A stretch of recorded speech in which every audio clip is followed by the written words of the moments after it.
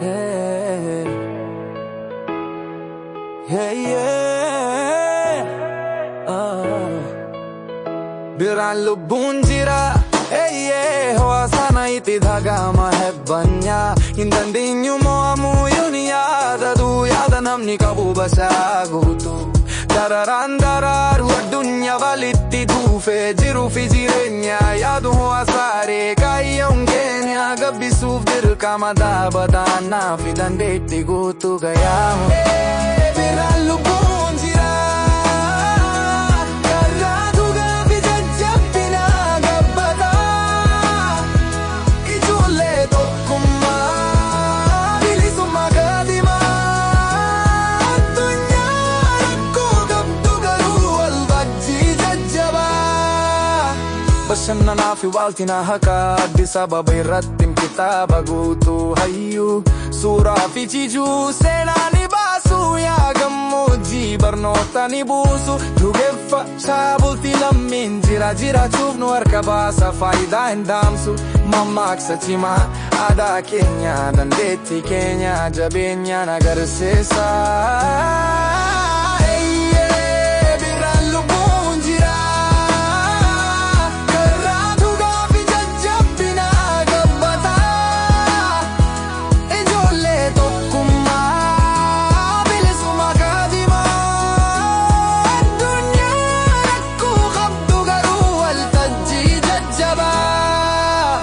Jireenyi dhaaba dadhabuun oolu daandiin rukutaa yaadaan ifa gubee wayabni kuufama garuu wanni tokkatu akka damma bahiyyaatti walitti dhuunfeenya.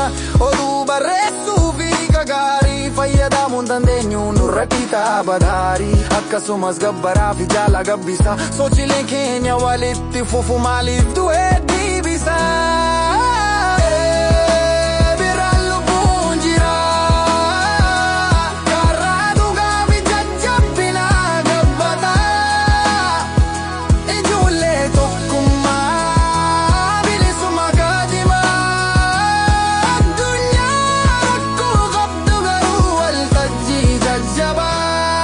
Akkuma ayyamoo waaqa fi aartii gammachuu gadi fageessu fira fi obboleessa. Biraan lubbuun jira, haalli keenya ni fuuldura. Bashannanaa fi jaalaliin deeggarsaa fi ni jabaanna. Hawa sana itti dhaga'ama qabeenya mo'atu. Biraan lubbuun jira, yaada biraa dhageeffachaa.